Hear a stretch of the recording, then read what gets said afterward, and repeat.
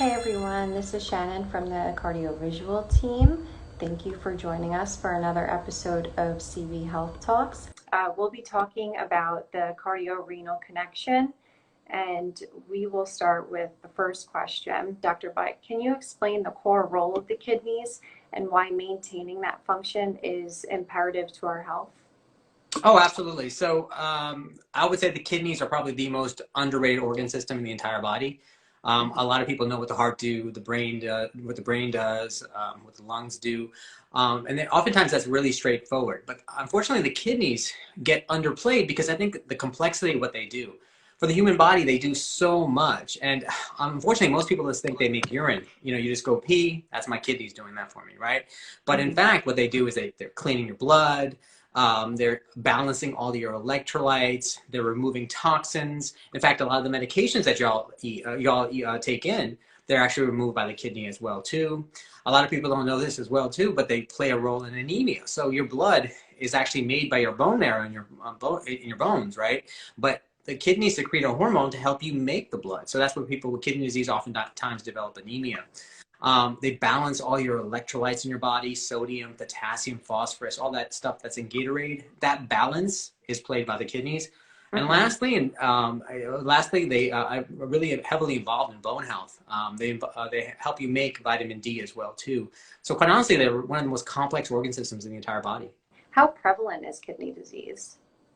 Well, kidneys, unfortunately, is quite common in America, but it's a silent killer. There's no real symptoms to it until it's too late, right? Until the kidney function's gone so far down. But the prevalence of it is about 14 to 15% of the general adult population in America has kidney disease. That's about 1 in 7 adults in the United States has kidney disease. Unfortunately, 9 out of 10 of those people don't even know they have it, right? So they're just walking around with the silent killer inside them. And again, it's because it doesn't have any symptoms. It goes beyond that, though. It's probably about, there's estimated about 37 million Americans in this country that have kidney disease. And guess what? About 500,000 of those people, guys, are on dialysis. If you've heard of dialysis, that's when we have to go on a machine for them to clean the blood for you. About 500,000 Americans are on dialysis in this country.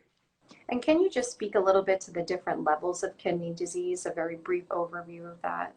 Yeah, absolutely. So there's different stages, 1 through 5. The function of your kidney is based off of a calculation called eGFR. For simplicity purposes, I want y'all to understand like a percentage because a normal eGFR is typically above 100. Okay, so for simplicity purposes, as doctors, we typically tell every patient you have this much percentage kidney function when it's correlated to your GFR. So CKD is in 5 different stages. Stage 1 is typically greater than 90%. Stage 2 is between 60 and 90%. Stage 3 is pretty wide, actually. It's between 30 and 60%. And stage 4 is 15 to 30%. And stage 5 is really bad. It's when you have 15% of kidney function or less. And that's typically when you need dialysis. What's the relationship between the heart and the kidney?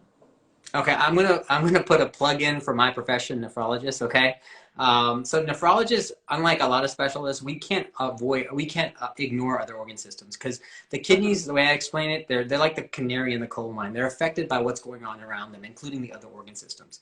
So if you have a GI tract issue, that can cause dehydration affecting the kidneys or electrolyte issues affecting the kidneys. If you have a lung or circulation issue, that can affect the kidneys.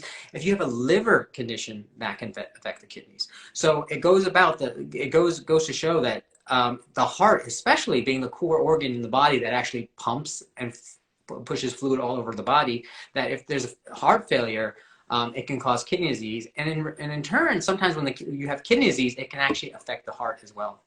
And what is acute kidney injury?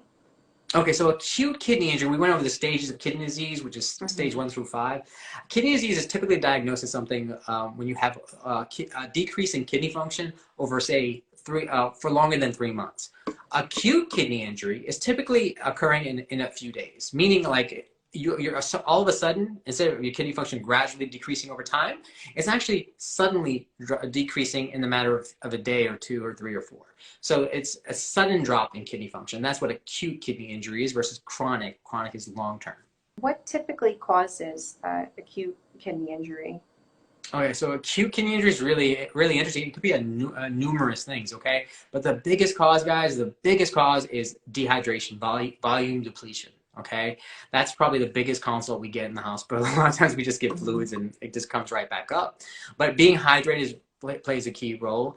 Other things, especially people out there in the medical community, hypotension, low blood pressure, right? That can cause kidney injury, and that can be caused by, say, blood losses, like if you're losing a lot of blood from the GI tract, or if if you're dehydrated, that can cause low blood pressure, or if if you have sepsis, right? Sepsis, if you have a bacterial infection in your blood, and all of a sudden you're having all this inflammation and your blood pressure drops, that can cause kidney injury as well too. So there's a lot of roles, and then even then you can go into contrast. You know, we're in the hospitals, right, guys? We're ordering CAT scans, we're ordering angiograms of all this stuff, and you know, oftentimes when you get that contrast, that itself can hurt the kidneys. What I want y'all to understand, especially the nurses and you know techs on the floor, you guys see this number creatinine, and we have this arbitrary cutoff of normal between 0.6 and 1.3, depending on the lab, right?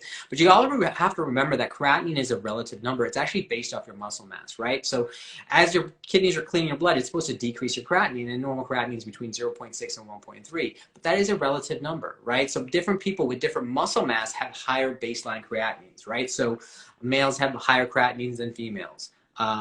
Blacks have higher creatinines than other races. Younger people have higher creatinines than older people. Younger people have higher creatinines than younger people. So that's a relative number. So don't arbitrarily look at a creatinine and go, oh, it's just 1.2. You know, this is where it's crucial that you look at eGFR. You spoke of labs, you know, checking bun creatinine. What about signs and symptoms that we should be looking for? As far as signs and symptoms, you know, signs and symptoms of kidney disease typically occur late, right? We're talking about GFR 30 or less, or late, maybe late 30s. You know, that's where it really starts to kick in. Typically, those signs are typically edema, swelling in the legs, pulmonary edema, fluid in the lungs. Then also you can have electrolyte abnormalities, right? You can have high potassium, you can have a high level of acid in the blood, which is showed by low bicarb in the blood. And things, and also high phosphorus as well too. So these are kind of some of the things you need to look out for. And in terms of the impact of acute kidney injury, what are both the short and long-term effects? Well, there's short-term effects, like you're in the hospital, right? If you're in the hospital, your kidney function, acute kidney injury causes increased mortality. It causes increased hospital stays, right? It causes possible need for dialysis as well too. Again, prolonging the hospital stay and prolonging expenses, of course.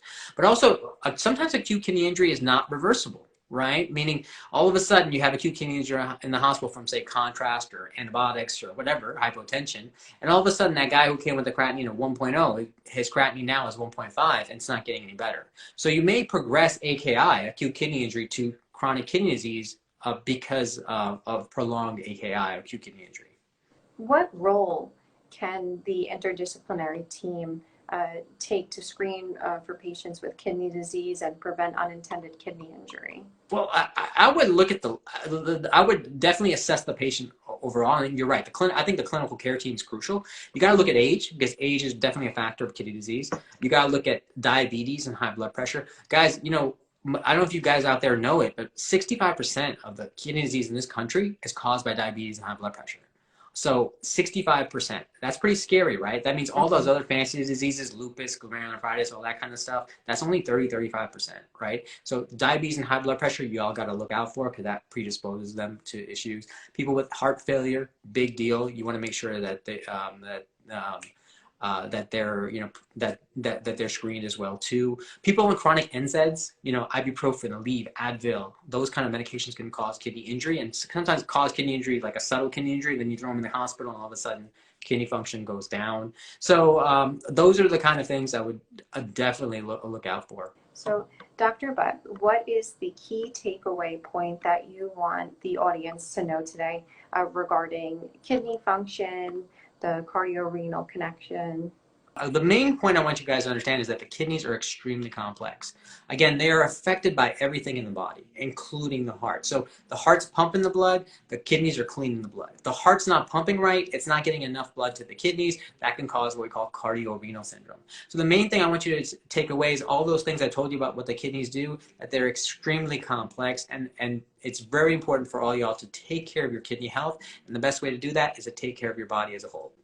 Thank you so much, Dr. Butt. This was an awesome educational session. It's really important that we protect our kidneys. They are so important and so interconnected with our other organ systems like the heart. And thank you again to Osprey Medical for making this educational session.